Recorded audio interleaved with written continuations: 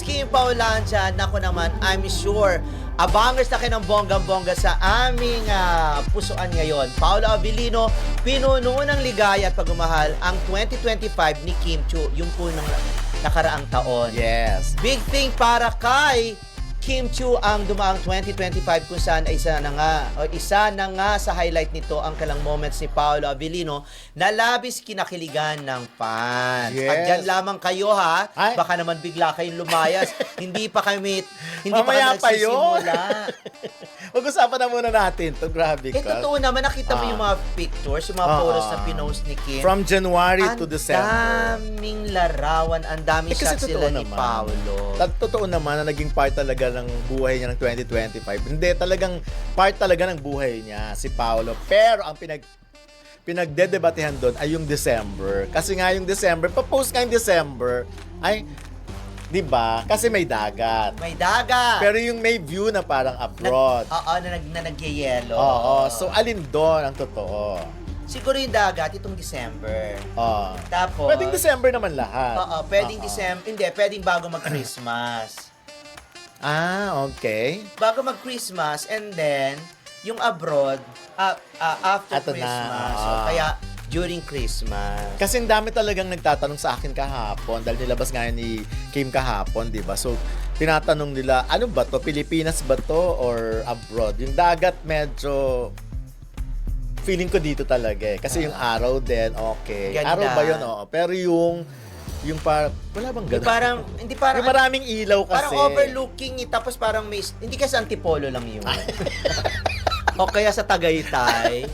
Baka naman sa Tagaytay lang. Tapos, Hindi, iniisip ko nga, baka naman meron din. tingnan niya natin yung photos na yon. Oo nga, yung pang December lang. Kasi sinum ko kung merong mga yelo sa ibabaw ng dun sa overlooking na yon, para meron ako nakita. Talaga, yung mountain doon. Yung mountain. Ako tingin ko kasi puro ilaw, napakaraming ilaw. So, Oo, baka nga sa ano lang yun. ha?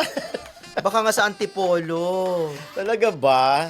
Hindi, tingin ko Pero yun nga, di ba? Ang galing talaga nilang dalawa. Umalis at sabi nga nila, Nang walang nakaka. umalis at bumalik nang walang nakaalam. Karamdam. Kung nasaan ba talaga nakaramdam, kung saan ba dumaan. Always, lagi silang ganun. Meron silang... Alam mo sa abroad nga ito. Ang Sa alin? abroad. Hindi, Yung, ayan. yung sa isa. abroad nga ito. Oo. Kasi naman, yung compilation naman yun ng December eh. Etong December na ito, Eto feeling ko na ito, tsaka ito. Dito. Dito Pero yan. yun, oo. Tapos yun kasi Christmas, of course, pinost kasi na yun. taping tape na ang yung nung time show nila. Mm-mm. Well, So, ibig sabihin, dito sila nag-beach. Kaya nga yung picture ni Kim na naka-bathing suit siya, bago. nakatupi siya, Yun yung bago. posibleng dun sila galing. Tapos, Siguro na nagdesisyon sila na pumunta mag-abroad. Kaya lang haba ng biyahe, sa bagay overnight lang naman eh. So, ilang araw lang sila sa abroad? O doon sila nag-New Year? malamang. Malamang doon sila nag-New Year. Kasi wala namang pinost si Kim na nag-Happy New Year siya with family, di ba? Usually, knowing Kim, may ganun yan. Kung nasa Cebu siya, or kasama niya yung mga pamangkin niya, maraming makikita mo yung ganap. Oo nga. Talaga. Minsan nga, pinopost niya agad. Pero ito talaga, the whole duration ng Christmas and New Year, parang nanahimik siya. Tapos mga pasabog na lang, pa konti-konti. Wala siya mga real time. Iniwanan niya muna yung pamilya niya ng December. May mga moment naman talaga siyang ganun. Iniwanan niya Actually noon, 'di ba alam naman natin si Kim nagno-New Year talaga siya abroad.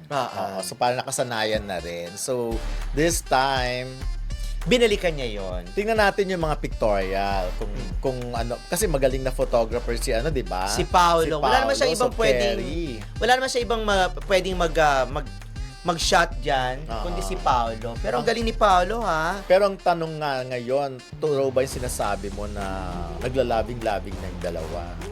Hindi ba? Magkaiwalay ba Sinabi mo. sila? Magkaiwalay ba sila ng kwarto. Ano to? Makiwala ng kwarto, nagtitigan lang. Alam mo, natatawa talaga ako sa mga tanong ng iba. Yung mga, lahat ng mga nanonood sa atin. Totoo, sa tingin mo ba, Sir Dondo, naglalabing-labing na yung dalawa? Sabi ko, ano ba yung mga tanong mo? Wala naman ako doon, hindi ko naman masasagot yung mga yan. Sabi ko, anyways. Hindi po sila naglalabing-labing, nagbabato-bato. Bato-bato topic sila. Oo Ilan naman, taon na ano sila, ba? no? Kasi may chika nga, di ba, na nagli-live-in. Oh, At saka, yun pa. At saka itong dalawang ito, umaalis yun ng sila lang dalawa, wala silang assistant. At ayaw ni Paolo na kapag aalis sila ni Kim, meron silang ibang kasama. Kasi ganun si Paolo eh. Kita mo si Paolo, di ba?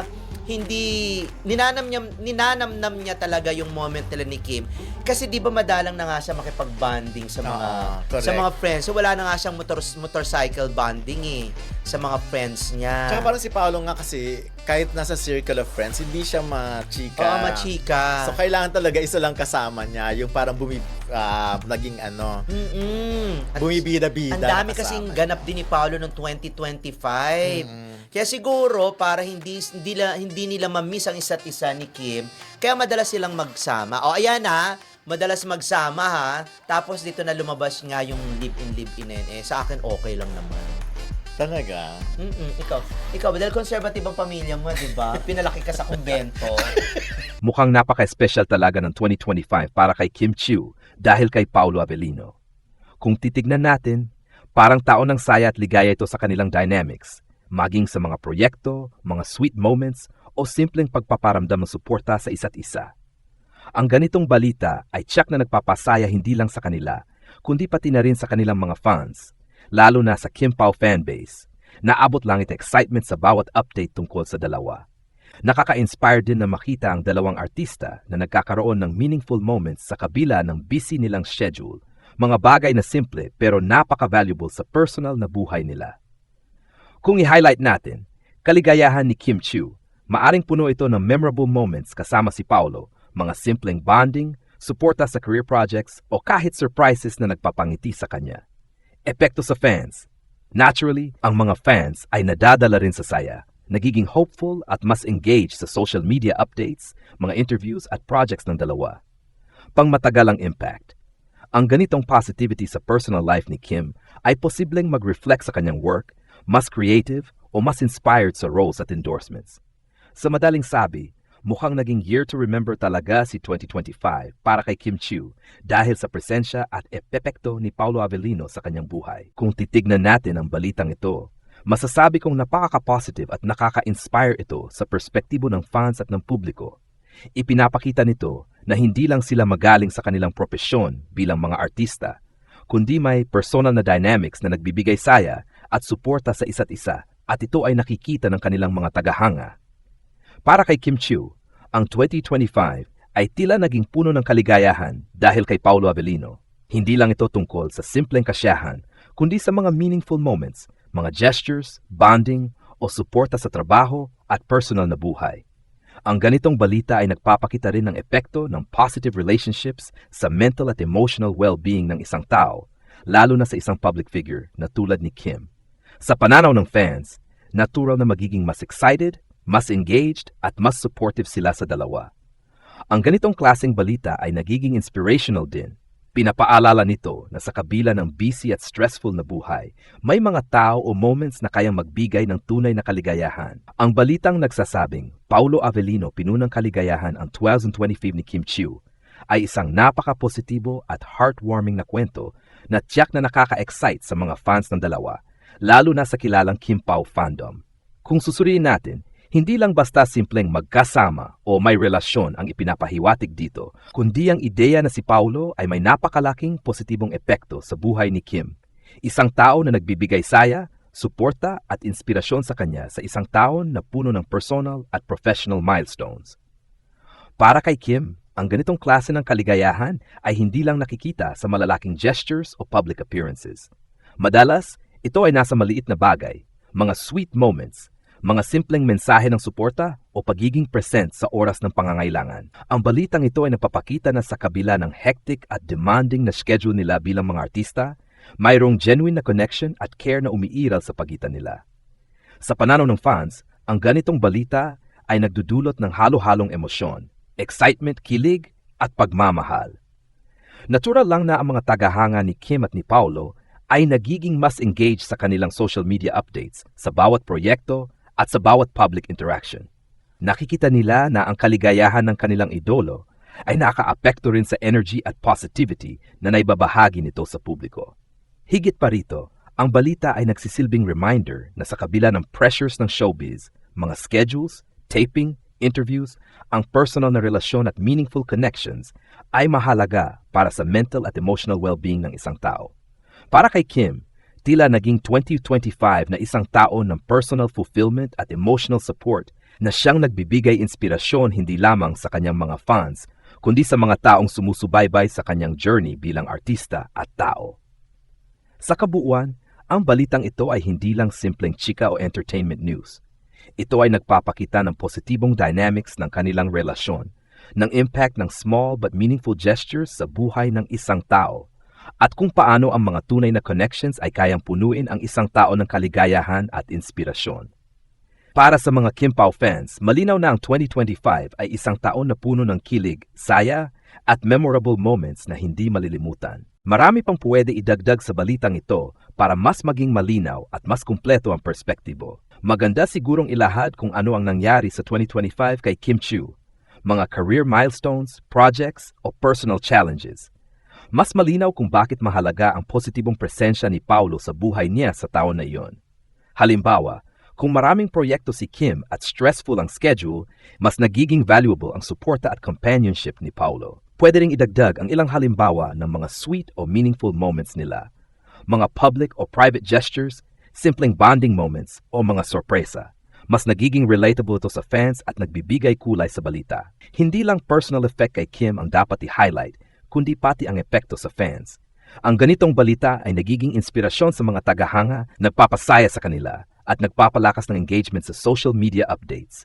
Pwedeng idagdag kung paano nakatulong ang positibong dynamics nila sa trabaho. Baka mas naging confident, creative o motivated si Kim sa mga projects niya dahil sa support ni Paulo. Maaring idagdag ang reflection tungkol sa kahalagahan ng positive relationships sa mental at emotional well-being. Ang ganitong perspektibo ay nagdadagdag depth sa balita at hindi lang basta entertainment news. Ang balita ay pwede ring tapatan ng ano ang maasahan sa kanila sa hinaharap. Halimbawa sa mga upcoming projects, collaborations, o patuloy na positive dynamic na makikita sa kanilang mga fans. Para kay Kim Chiu, ang taong 2025 ay tiyak na magiging isa sa mga pinaka-memorable at puno ng saya sa kanyang buhay. At malaking bahagi nito ay dahil kay Paulo Avellino. Sa kabila ng hectic na schedule nila bilang mga artista, ang personal na dynamics nila ay nagbigay kay Kim ng emosyonal na suporta, kilig, at inspirasyon na nagpalakas sa kanya sa buong taon. Sa taong ito, maraming proyekto at milestones ang hinarap ni Kim, mula sa serye at shows hanggang sa endorsements at iba pang commitments sa showbiz. Ang ganitong pressures ay normal sa buhay ng isang top actress, pero sa presensya at suporta ni Paulo, tila naging mas magaan at mas masaya ang bawat araw ni Kim. Hindi lang ito tungkol sa trabaho. Ang simpleng companionship at meaningful gestures ni Paulo ay naging sandigan niya sa personal na buhay. Marami ang nakapansin sa mga sweet interactions ng dalawa. Mga social media posts na nagpapakita ng suporta, mga behind-the-scenes bonding moments at mga simpleng gestures na nagpapangiti kay Kim. Bagamat pribado ang karamihan sa kanilang moments, malinaw na ang positivity at happiness na dulot ni Paulo ay ramdam mismo ng kanyang mga fans. Ang mga simpleng bagay na ito, sa kabila ng pagiging ordinaryo para sa iba, ay naging malaking pinagmumulan ng kaligayahan para kay Kim. Epekto sa fans, natural na ang mga Kim Pao fans ay nadada rin sa positibong vibes ng dalawa. Ang balita tungkol sa kaligayahan ni Kim ay nagiging inspirasyon sa mga tagahanga, nagpapasaya at nagiging dahilan upang mas maging engaged sila sa mga updates ng dalawa, mula sa social media, interviews, hanggang sa kanilang mga projects. Ang ganitong fan engagement ay nagpapakita na ang tunay na emosyonal na koneksyon ng mga artista ay may epekto rin sa publiko. Professional growth at motivation. Hindi lang sa personal life nakaapekto ang relasyon ng dalawa, may epekto rin ito sa trabaho ni Kim. Ang positibong presensya ni Paulo ay tila nagbigay kay Kim ng dagdag na confidence, motivation at inspiration na nakatulong sa kanyang creativity at performance sa mga serye, shows at endorsements. Sa madaling salita, ang kaligayahan sa personal na buhay ay nag-reflect din sa kanyang professional success. Emotional depth. Ang balitang ito ay nagsisilbing paalala na sa kabila ng pressures ng showbiz, ang meaningful relationships at suporta mula sa mga mahal sa buhay ay napakahalaga sa mental at emotional well-being. Ang 2020 fave ni Kim ay isang magandang halimbawa kung paano ang positive connections ay kayang punuin ang isang taon ng ligaya at fulfillment. Panghinaharap na expectations. Para sa mga fans, malinaw na ang 2025 ay hindi lamang taon ng kilig at saya, kundi taon rin ng inspirasyon. Maraming naghihintay sa mga susunod na projects at public interactions ng dalawa at tiyak na magiging exciting at puno ng positivity ang mga susunod pang taon sa kanilang journey. Sa kabuuan, ang 2025 ni Kim Chiu ay naging taon ng kaligayahan, inspirasyon at memorable moments. Salamat sa presensya at positibong impact ni Paulo Avellino. Para sa mga Kim Pao fans, malinaw na hindi lamang sila pinag-uusapan dahil sa trabaho at talento, kundi pati na rin sa puso at emosyonal na dynamics na nakakapagbigay saya hindi lamang kay Kim, kundi sa lahat ng sumusubaybay sa kanila.